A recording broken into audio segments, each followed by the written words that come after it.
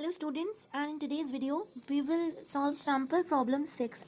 Now what we are told in this problem is that a force of 5 newtons given mass m1 and acceleration of 8 m per second square and a mass m2 and acceleration of 24 meter per second square. What acceleration would it give if both the masses are tied together? Now in first case, now there are two cases. In first case, what is told that like this one. Yeah. In first case, force F is equals to 5n. Force we are given with 5n. Mass is m1. When mass is m1, okay.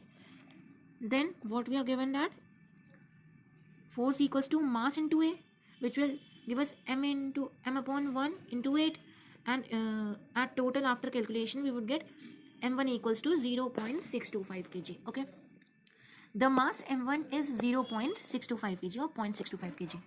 Okay, now in after this the mass of second one. In the second case, what is told that force is again 5n only, mass is now m2. Okay, and acceleration is 24. Then force is given as m square into 24, and then 5 upon 24, and at last we would get m2 equals to 0.208 kg. Thus mass m2 is equal to 0.208 kg. Now in the third case, what is told that force F equals to 5n again, then total mass. Now the total mass of both m1 and m2. m1 plus m2 we will get, at last we would get the answer as 0.833 kg after adding the two m1 plus m2, and acceleration will be calculated. Now let us come to the next and the new slide. The new slide is, now this is the second slide.